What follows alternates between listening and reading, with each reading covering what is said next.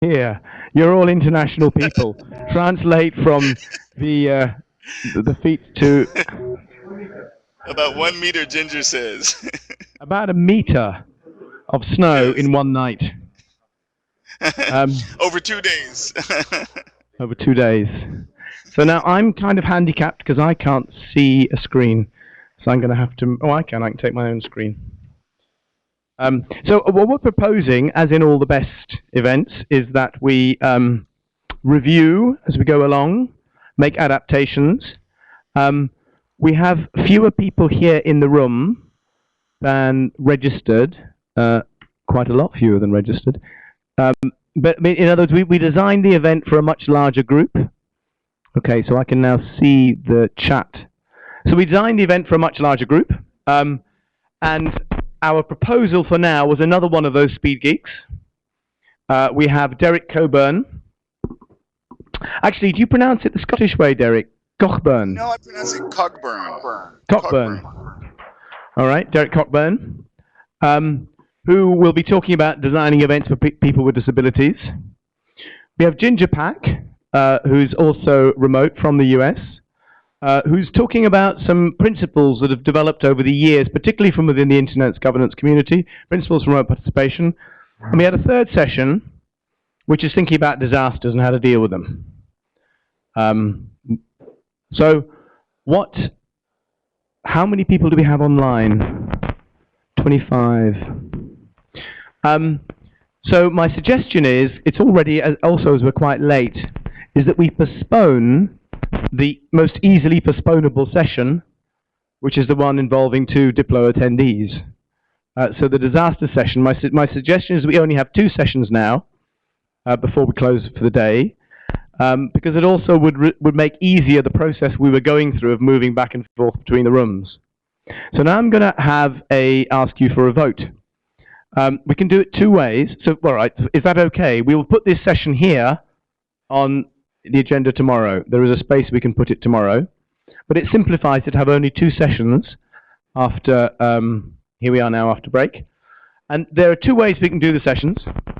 We could have Derek speaking remote from his home, I guess, through the station here, and Ginger speaking from her home at a station in the other room. Run it for about 20 minutes, and you would choose whichever one you want to go to if you're physically in the room. If you're in the virtual room, again, you would choose between, and there are 25 of you, you would choose between the 2. And again, that gives you the chance probably to have a more direct engagement with Derek, and Ginger would be in the other room at the same time. After about 20 minutes, dinging the bell, you switch. So that would mean that you'd have 2 close conversations, one in here with Derek, one in the other room with Ginger, and for the virtual participants, you'd be staying in the main room with Derek, and then you'd move to one other room online to participate with Ginger. We could do that, or we could just have one after the other in one room, which would mean you wouldn't have to walk down there and walk back again. Now, you may want to walk down there and walk back again. I'm looking at the people in the room. Virtual participants, it makes no difference to you. You just hit a URL and you jump between the rooms. But it's whether you want to have it. Either way, you will have sequential conversations. So virtual participants, I don't think there's a particular issue for you. You'll be watching watching and engaging with both speakers. In the room, do you want to go up and down again? Or stay here, listen to Derek first, and then listen to Ginger in the same room? So those who would like to have some exercise, stay healthy, fit and active, engage, consistently look at those posters. In other words, if you want to move, raise your hands.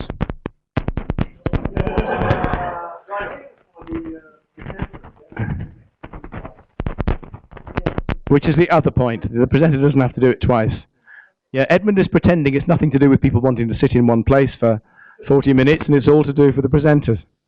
So if that's okay with you, Derek, and with you, Ginger, I need to put my glasses on and just check that Ginger,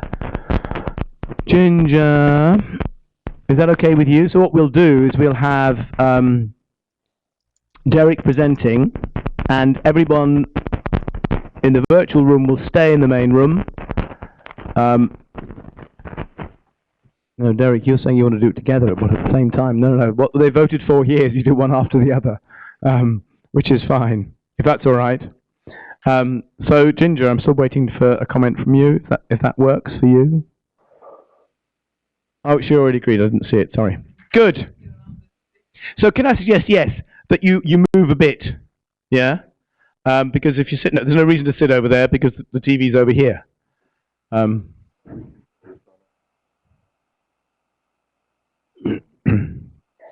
We could move it to the main screen. I just saw somebody suggest. Arvin and Zarko. Arvin and Zarko, could we move it to the main screen? That display to there.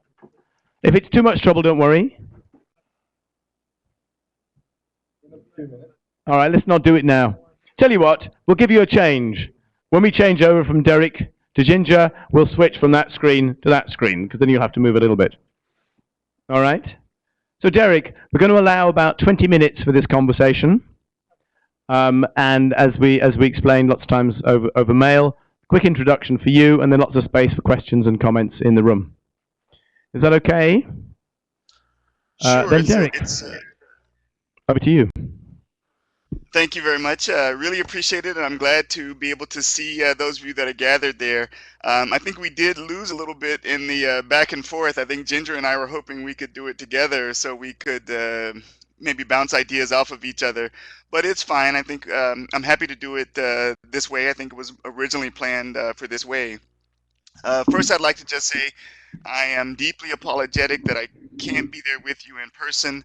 Originally, even though as Jovan and others know that I spend a lot of time talking about remote participation and have done for over 2 decades, I really wanted to be there in person with you, so I apologize that I can't be there. And it's not just because of the snow. As we said, we did get almost 3 feet of snow over the weekend with this blizzard, and but I had originally had to change my plan, so unfortunately I can't be there with you in person.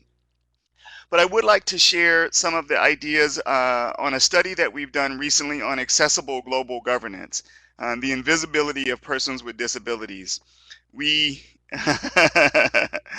well, I'm happy to be here remotely, although I really, as our colleague was saying earlier, I also appreciate to be there in person. So this is an alternative mechanism. It's not really a replacement mechanism from my perspective. But I do want to talk about some of the work that we've been doing recently for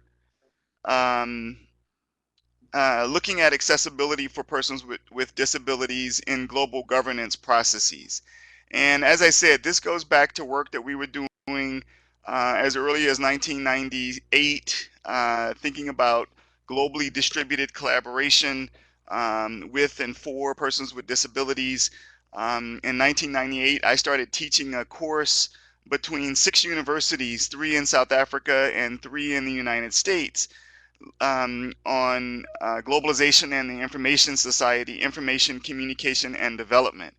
And we use that course to create a globally distributed learning environment where students at these 6 universities could work together in the same course and work in global virtual teams as if they were in the same place. And we learned an enormous amount from that process. We brought some of those lessons into the work on the World Summit for the Information Society, which is when I met Jovan. And Jovan and I talked a lot in those early days about how these kinds of tools could be used to facilitate remote participation in meetings like WSIS. And we did a study with WFUNA, the World Federation of United Nations Associations, where we compared some of what they did in the first phase of WSIS without using these kinds of remote participation tools to what they did in the second phase of WSIS. I think maybe Arvin's microphone might be still on.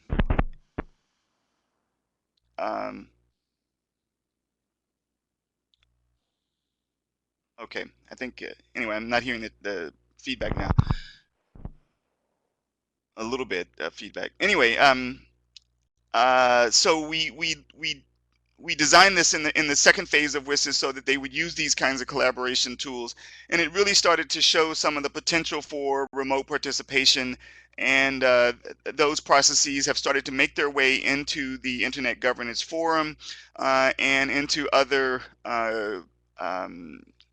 international conferences and meetings and so forth.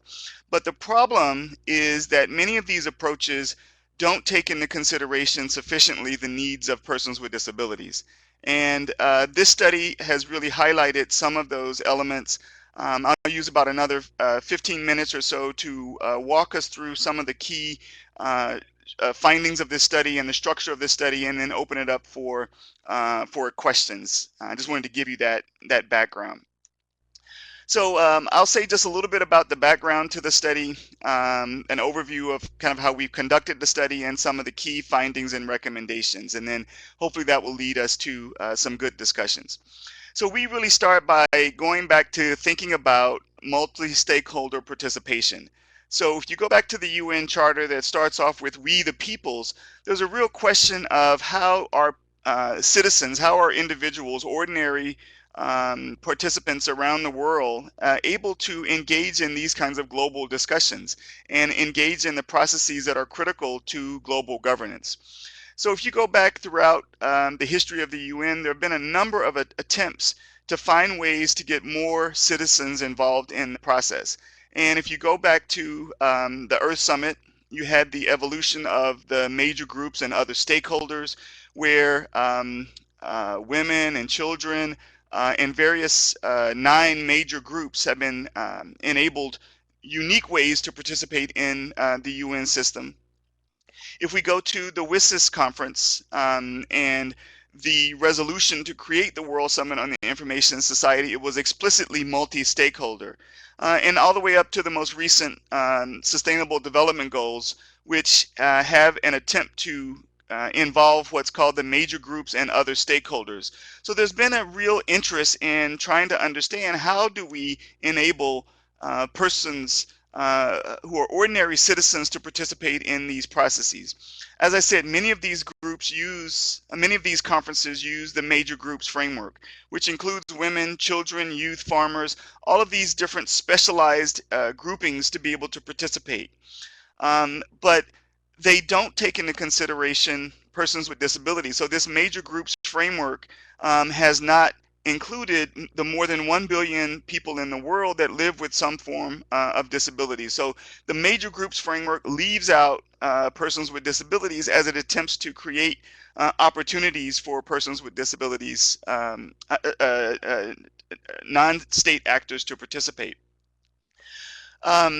This was addressed in the Third World Conference on Disaster Risk Reduction in Sendai, Japan.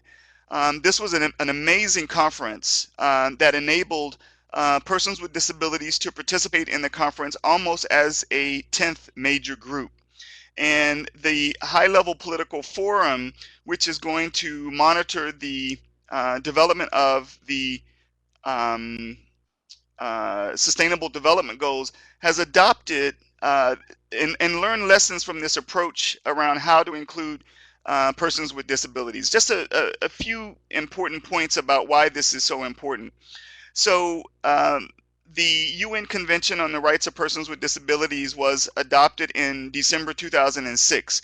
And in some ways this was done because the previous human rights framework and the previous development agenda didn't take into consideration the rights of persons with disabilities sufficiently. The World Bank and World Health Organization have published a report that tells us that there are more than 1 billion people in the world living with some form of disabilities. And so this is the first human rights treaty of the 21st century, and it's also the fastest growing treaty in history. And it is seen as both a development treaty and a human rights treaty. So there's an incredible importance to think about how do we include persons with disabilities. And the UN Secretary General's office, Ban Ki-moon, has appointed the former Vice President of Ecuador, His Excellency Lenin Moreno as the special advisor or the special envoy to the Secretary General for Disability. And they were really wondering, how do persons with disabilities participate in the UN system? How do they participate in UN conferences, meetings, and events? The IGF is, of course, only one of those UN meetings.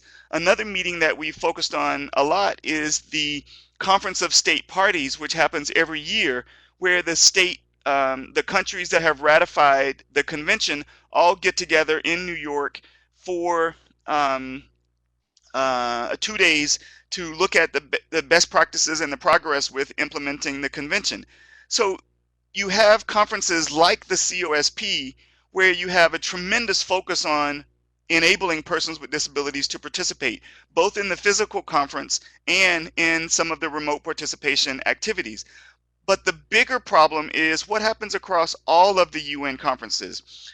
Meetings that are related to the Security Council, meetings that are related to energy and trade and environment. If you go to any of those conferences, you'll see that so there is remote participation in the COSP, Eric, but it is mostly one way, which is the way that a lot of conferences try to have remote participation, which is you can see what's going on at the COSP and you can even get the captions and so forth, but there's not interactivity. There's not back and forth remote participation.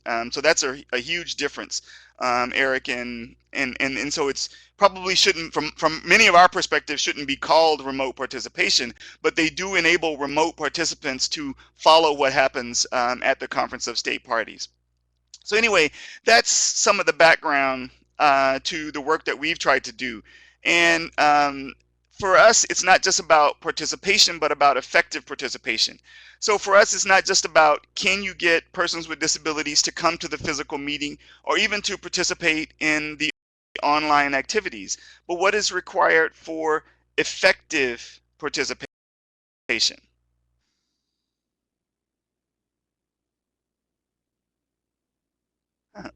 A lot of text going on here. Peter says, face-to-face in Geneva, the chat window is small. If you're responding to a comment in text here, could you please read it out? Okay, great, will do. Absolutely, Pete, thanks. So for us, it's not just about getting people to come to the meeting. So a lot of the international remote participation conferences and so forth try to see how many people, whether they're civil society or broader persons with disabilities, to physically come to the meeting. And that's important, but it's also about how do you effectively participate. So one of our colleagues earlier was talking about how remote participation can overwhelm participants. And I think that's why some people who organize conferences try to limit the amount of engagement that the remote participants have, and kind of limit their participation to being only sort of recipients of the video and so forth. So to actively have, active, robust discussions and engagement is a lot more complicated and a lot more involved, and actually requires a lot more tasks. Those are some of the issues that I think we can discuss. So I think for me, I'm going to stop going through the slides right now. I really want to open it up for discussion, but I want to highlight just a few key findings from the study. I don't know how to jump ahead in the slide, so I'm just going to work through it so that we can have a discussion.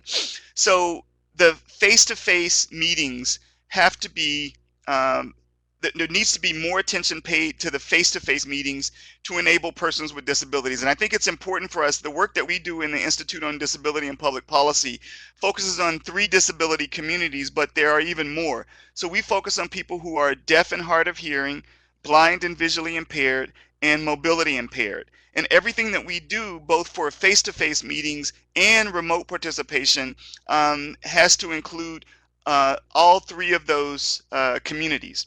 So for example, for the face-to-face participation, if you think about what does a face-to-face conference need to do for people who are blind and visually impaired. So that means that the physical access to the meeting facilities needs to ensure that persons who are blind can find their way into the conference venue. they can get registered, that the registration materials for the conference are readable by a person who uses a screen reader, so they can actually register for the event. Once they get to the event, are all the conference materials available to a person who is blind or visually impaired?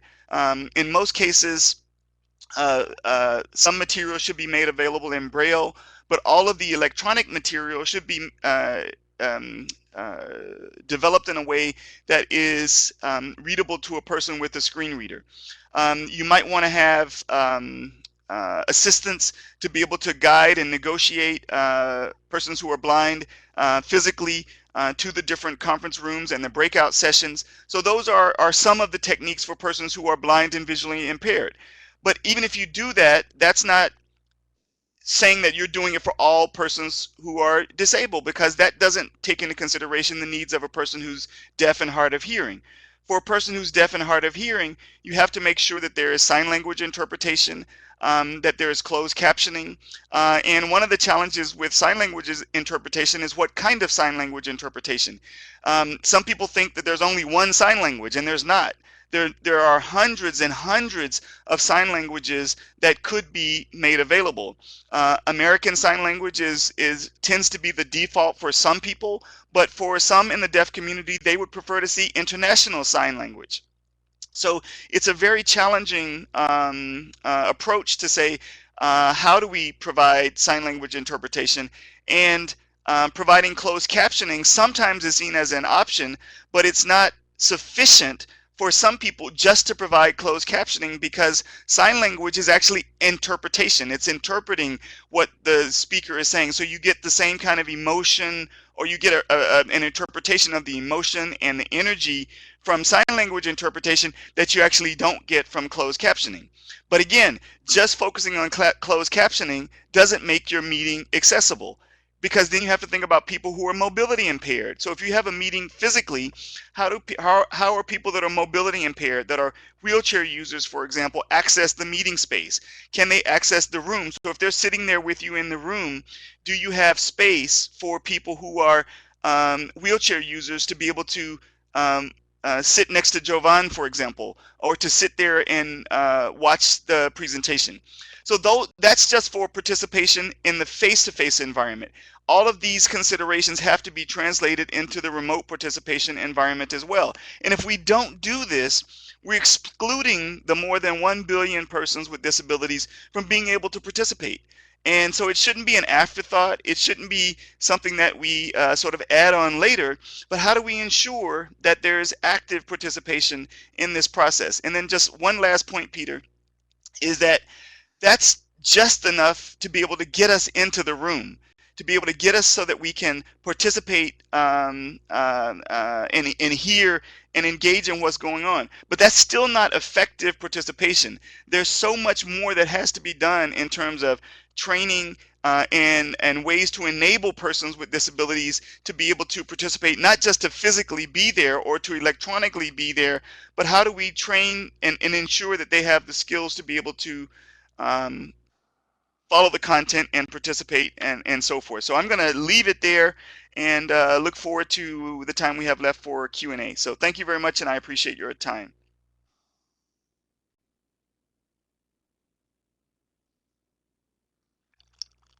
Get through, but I found that really a good summary. So, questions and comments.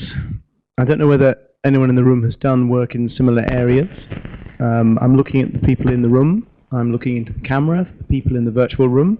There has been a kind of regular flow of comments coming through, which I'm afraid you couldn't necessarily see if you're sitting in the physical room. I'll lower my hand now. So, any questions from anyone here in the room? Any questions from anyone here in the virtual room? I saw Ginger had originally asked one about the importance of helping in situ participants be aware of the presence of the online participants. Is this a factor for you, or is this the next step? That was Ginger's question online.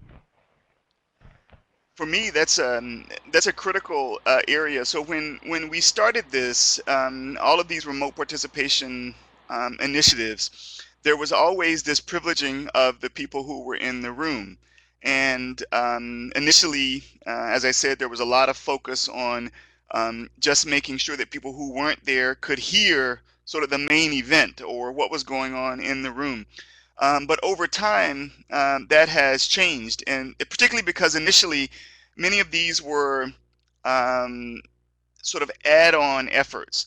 The meeting planners would plan the meeting, and then some of us would push to say, but we need remote participation. So we would kind of set up our own remote participation, and it would enable people who were not there to be able to hear what was going on. But eventually, many of the conference organizers, including the official UN conferences, started to officially integrate remote participation into the process. And that has opened up a lot more opportunities for people who, so as Ginger said, for the people in the room to recognize that there was a meaningful role to be played by people who were not in the room. So having remote speakers, having people who were not there be able to ask questions, and not just by text, but also to be able to speak, and you could hear their voices as well, and perhaps see their videos. To be able to have remote hubs so that you could have people gather together in sort of social discussions who were not there physically, to engage with the people who were physically in the room. So over time, there's been a lot more effort to integrate the remote participants into the face-to-face meetings, to not overly privilege those people who are in the room so much. So Eric is asking another wonderful question here about what can we do to get the CRPD committee and the COSP and other disability related events to focus on full remote participation. So so Eric, this is one of the things that we hope to be and Derek, mainly for me, but possibly other people in the room, what is CRPD? Yes. So the And what is CRPD COSP? is the So these are the Convention two on the Rights of... organizations. No. The CRPD is the UN Convention on the Rights of Persons with Disabilities. And this is the first human rights treaty of the 21st century. We now have, I think, 160 countries that have ratified the convention. So this is the dominant global framework for looking at both the human rights of persons with disabilities as well as the development strategies for persons with disabilities. So every year, the CRPD, which is organized by UNDESA, the Department of Economic and Social Affairs, serves as the secretariat for the convention. Every year, usually in June, they convene a conference of states parties, which is all of the countries that have ratified the convention have the right to come to New York, to UN headquarters, to present their progress on implementing the convention. And so it becomes a global gathering for the countries that have ratified the convention, but also for persons with disabilities and disability advocates. And then there is an independent expert committee called the Committee on the Rights of Persons with Disabilities. And the person that you see in the picture here, Senator Muntian Buntan from Thailand, he's not the person at the microphone in the picture, but just behind. He's a member of the expert committee. So they meet in Geneva at the Office of the High Commissioner for Human Rights regularly to review the reports of the state party. So every country that has ratified the convention has a responsibility to produce a report, official report, on their progress with implementing the convention.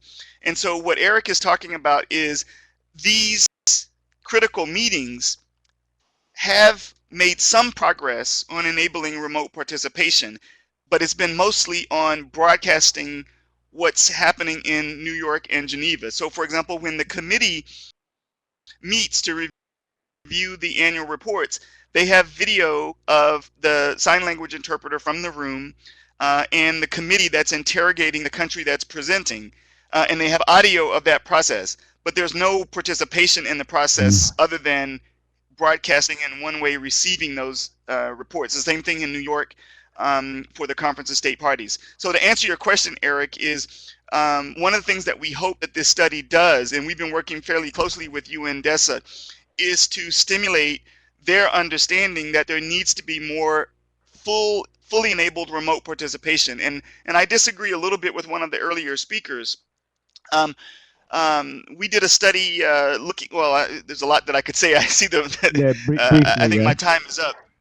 Yeah, so a number of the web conferencing platforms are now starting to try to move in this direction. The one that we feel has made the most strides and have been working on this the longest is Collaborate, Blackboard Collaborate, which started originally as a Canadian company, which was Illuminate. And they have I was part of the accessibility task force for Illuminate and subsequently for Collaborate. And the accessibility features that are built in to Collaborate are widespread. And again, not just to be able to enable closed captioning, but to ensure that people who are using screen readers can navigate throughout the interface and so forth. So I apologize for that long answer, but thanks for the question, Eric. And I'd be happy to talk to you more about that. So thanks very much. I'm going to hand over there. Hand over to Ginger in a moment. So thanks very much indeed. I think that was a really good session again, and certainly Collaborate sounds like a good tool. So we'll give you a round of applause in the physical room. Please do the virtual equivalent. Thank you, everyone. Somebody needs to create an emoji or an icon or a sound effect that we can explode at these moments so that person in the virtual room, everybody in the virtual room gets a sense of clapping. Oh, there is. Ritu says there is one. She's going to send it to us. Okay. All right, so we're going to do a handover in a minute. Ginger, I think you're in this room, and Arvin is going to arrange it so that Ginger's going to be present. Now, we have a handout for you, which is a handout of the set of principles that have been developed over 2 years by groups of people working in and around internet governance. And I'm looking to my Diplo colleagues, Teresa and others, for the handouts, which are the remote. They must be in the other room because that's where I expected Ginger to be. All right. So Ginger, are you there and ready to lead? And so at the moment you can just see my belt. It's actually not my belt. Oh, there you are, Ginger. Hi. So I'm going to sit down. Good morning. I'm just going to confirm that you can hear me, everybody. If you could see out my windows, you'd see the snow here. I'm envious of your green in Geneva. I actually took very seriously the participation part of my presentation, and so I just quickly want to emphasize some points I heard from other speakers. I loved Todd mentioning that remote participants or online participants need an advocate in the room. We need someone who will take the lead to make sure that we are felt in the room. And so now, instead of reviewing the principles that have been handed out for you, and I hope you can see this, if you're online, if you can see the link to the online principles. We don't want to talk about words and paper anymore today. What I'd love to have everyone do is go around the room and mention one principle or one main aspect of in the virtual room and in the physical room that we need to include in the design of our events to make sure that online and in situ participants are taken into account. Edmund Tam did an excellent job of explaining how we have to take into account the needs of the people in the physical room, but we at the same time do need to bring them in proportion, as he recognized. Eric, Luis, and others mentioned that we need to balance resources. Often we don't have financial or technical resources. We also need the human resources and the willingness. So could we start? Pete, can you help me ask people in the room? And I would ask that our remote moderator maybe let the remote participants type into the text box.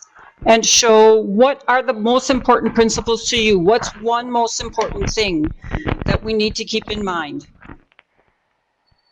Over to you, Pete, for in the room, or Jovan, could you stand up and give us your first impression? I ran out to get my cord because my computer's about to die. Jovan. Well, streamlining into organization of events and operational setup of organizers of events. Therefore, streamlining it as having it some sort of a normal feature.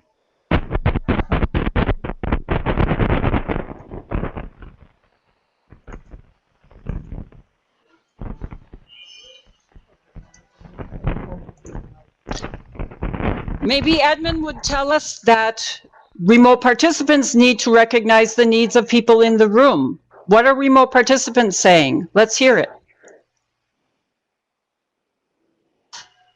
I think for people in the room, it might be useful to have more of a visual presence, whether either the chat scrolling, on a large screen, people can see what's coming in from people in other places, or even a visual presence, photos of some of the participants, just so there's a visual reminder as well that they're not alone in the room, but that it's a larger circle. It would be quite simple technically to organize that to make certain that it was not simply a virtual presence at a distance, but also a visual presence in the room and showing that they're participating actively. I love that. That's great. Am I able to interrupt back and forth like this? If so, I would love your idea. And one tool that does that is Google Hangout. And I think that's why Google Hangout sometimes works well, because everyone can see each other and we can see faces and know, for instance, that I'm very enthusiastic and other people are more formal. So. Yeah, and also that depends on the admin speaking here. Yeah, that very much depends on the actual size of the physical meeting room. So quite often you have meetings with more than 1,000 people. So in any case, as far as the on the podium is concerned, everybody is remote, in fact. All right. So when you ask for the floor, all right. So the chairman has a list of the speakers requesting the floor. So it's important that the moderator is one of the people requesting for the floor, and that in fact something that I am not seeing yet. And then behind the moderator, there could be 10 or 100 persons behind it. So the moderator, in a way, should be given preference, in a way, by the chairman. I don't know if you can read. Eric has said he agrees with the previous speaker that without a visual presence, remote participants are more like ghosts. And Dee Williams from St. Lucia says we need to be careful that the technological possibilities don't swamp the content. Pete has mentioned that Google Hangouts has size limits, which is definitely true. And Dee also says the meeting needs to extend itself before and after its actual occurrence to be truly inclusive. And I know Edmund, Tam, and others in the room have calls for contributions and input, agenda setting. So there's a lot of work that goes on before a meeting that goes into design, which is an element I also appreciated being stressed earlier. The design of the event, or as Edmund said earlier, the objective. If we don't have a clearly defined objective, if we don't know where we're going, we're not going to get there. So we have to have a design and an objective in order to fulfill it. Did I see, Jovan, you were going to hand the mic to someone else there? Hi, Ginger. This is Ritu. I think a live Twitter wall really helps to bring people in the room with a specified hashtag, and that's what we use. Maybe we can test it in a session tomorrow to see how we can involve people. I'm happy to give my account and see if you want to test it. That's great. You need to talk to Arvin there. Arvin, please, please get together there. Provide a counter argument. In the preparation for the conference, we had interview with one of major international organizations in Geneva, where basically it was proposed that they use a Twitter wall or a pigeonhole or some application. And one of the leaders of the organization was at the meeting, and he came, meeting in Brussels, when they used the pigeonhole. And he came and he said, we won't use this because nobody followed the speakers at the meeting in Brussels. And there is an element of unfairness. If we are invited, at least we should have the attention span divided and to have people following what we are talking about. And there was one absurdity to have completely Twitter wall in the room. Therefore, there are interesting developments and I would say common sense questions that people are asking. In our case, in this conference, Twitter wall would make a lot of sense. But if you have events where you have a speaker.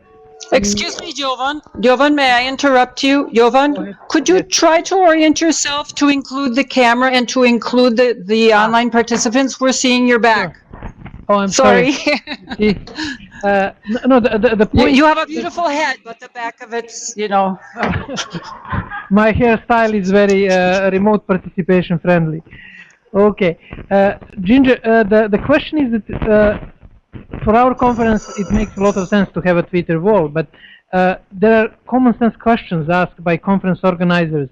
Are we making, in a way, in-situ participants disadvantaged? What about speakers who have to say something? Because ultimately we are dealing with a limited and finite resource, which is our attention. And what Edmund said, people who are in the room, some of them are as remote participants, or they're browsing the net, or yes. booking the restaurant for the same evening. We don't have a real presence in the room. That was just one comment. Okay. Matthias here from Diplomacy. I'm a big fan of Twitter walls. I've been putting them up in the World Economic Forum starting in 2008 when there were only 23 participants on Twitter. Today, even if conference organizers say we don't want to put up a Twitter wall, every one of us, at least those who are on Twitter, are following the hashtag, and we have the Twitter wall right on our mobile phones, on our tablets. So I think, not putting it up is just, we're saving some money.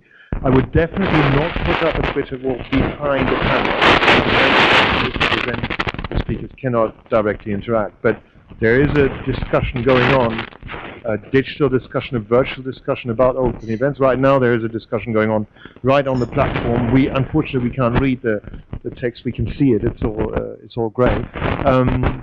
So I think we have to live with that at events. There is a second level of discussion. There is participation by people who are not in the room and who don't even participate in directly, who don't have a voice, but through Twitter they do have a voice, 140 character. They bring in their comments. It does also go back to the question of design that I think almost every speaker has mentioned. And if we go to our objective, as Edmund said again, which is so important, and something Derek said, if we know where we're going, it's not that one or other is better, as Derek thought might be the case. My opinion is one might be red, one might be blue, and we may be looking for purple when we mix them together. So if we know there are many needs right now for a purely in situ meeting that doesn't involve online. There are some that are purely online. When we mix them and get our purple, we have to find a happy medium. I do note that we have a couple comments from Jolie. He has talked about Zoom, which can handle up to 200 participants. I don't know if that means with video. He has also talked about Slido, which incorporates different tools and Twitter and remote comments in an easily readable way for the in situ meeting. And there are votes, a way of voting and showing opinions from remote. They also note that the line between remote and local gets blurred. Personally, I would think that that's a good thing. It turns into purple, but it might not always be if we're running a more formal meeting like those that Edmund runs. Dee Williams has said, please factor in the argument that if you are in the room and have a private discussion with the person beside you, you will disturb and not be popular. So perhaps remote participation needs to take that comment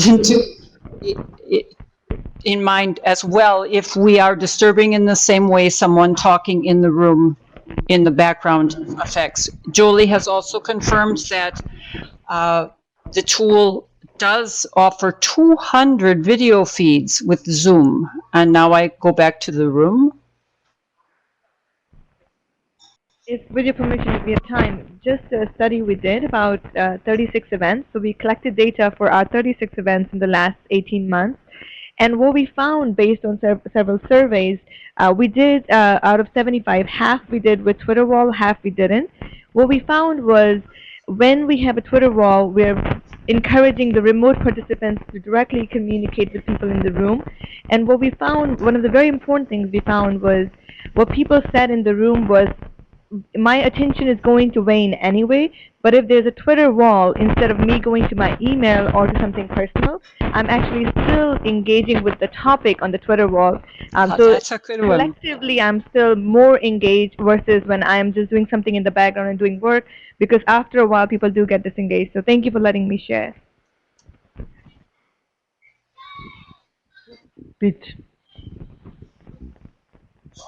I was about to take the picture off the wall. I mean, one of the themes behind our conception of the conference is, I think it picks up on, I've forgotten your name, sorry, from diplomacy. Matthias. We're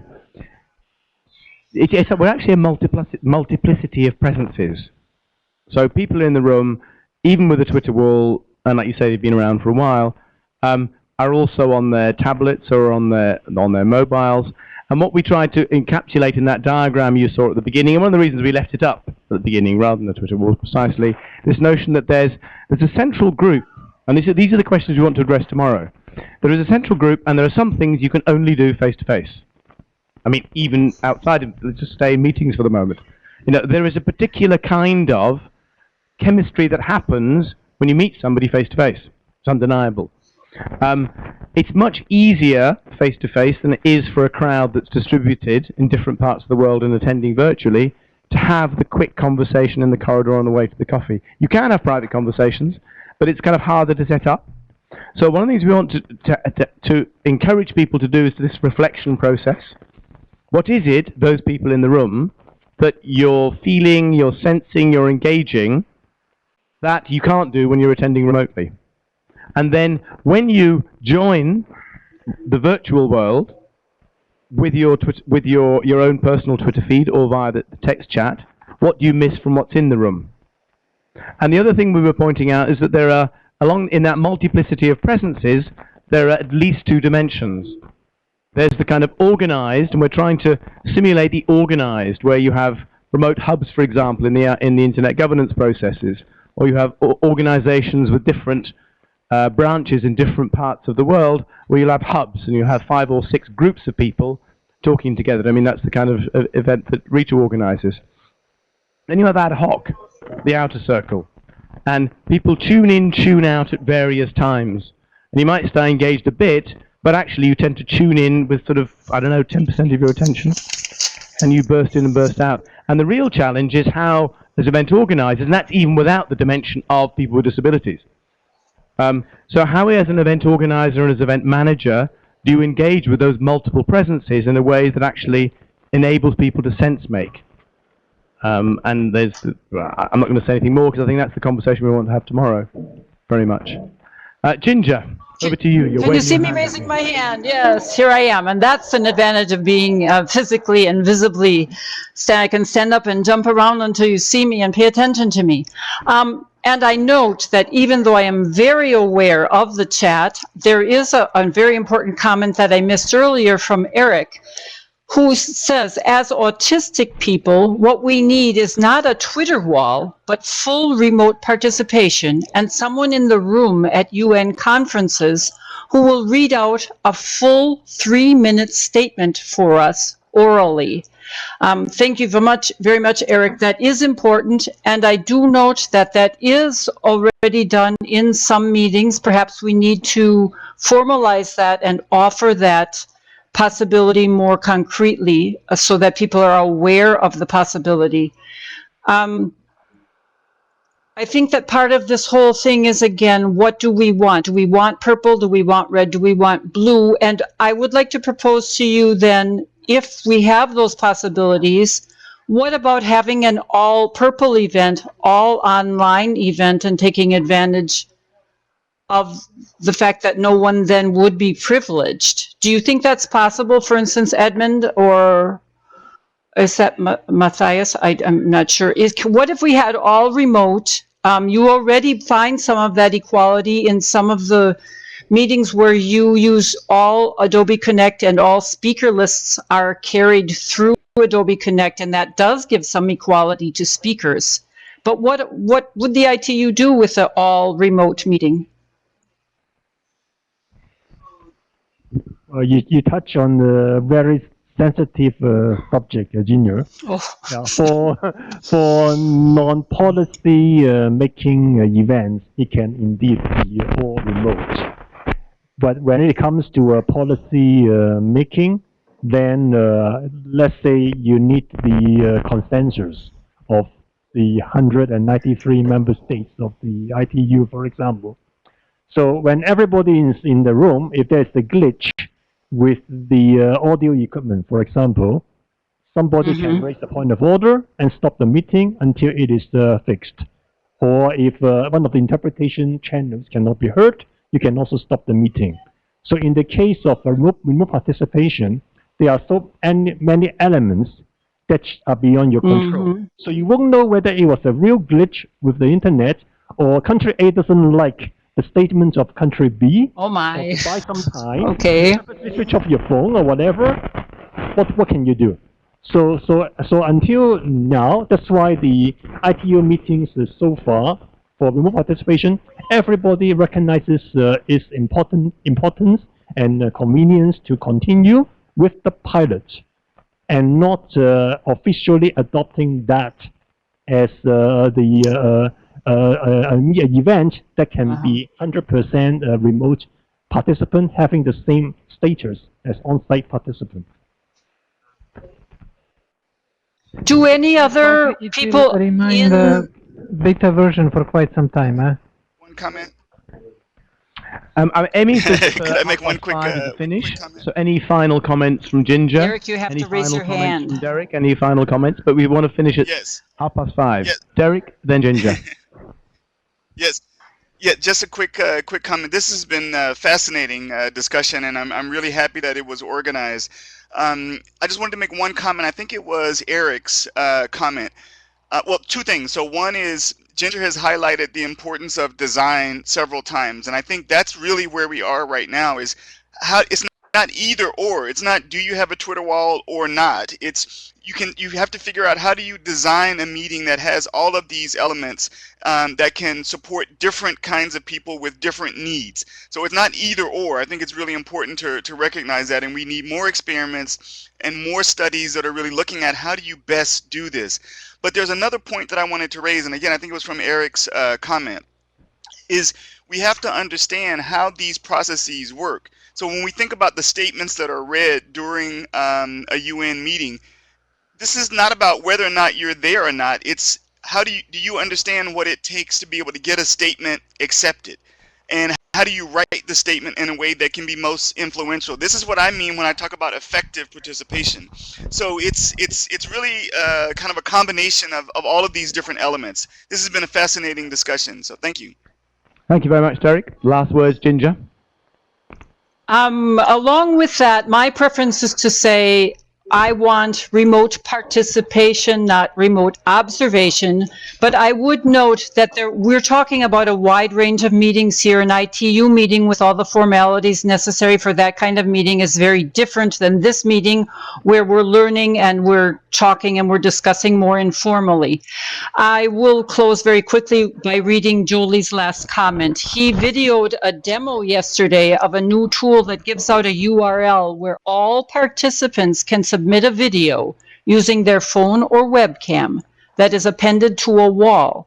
The moderator can optionally set the length limit. He will look up that name, and I would hope that tomorrow, perhaps at some point, Pete, we can go back into the comments from today, see if we can incorporate some of the ideas from today's sessions into tomorrow. Jolie can come back to us. Will we perhaps get a larger chat box so the participants in the room can see it? Might we get a Titterfall? Let's see how we can do overnight. I'm always asking for miracles. We can try. Thank you. Thanks, Ginger. Thank you, everybody. Yeah, thanks very much. That's really good. Thanks. Right, so we're going to close now.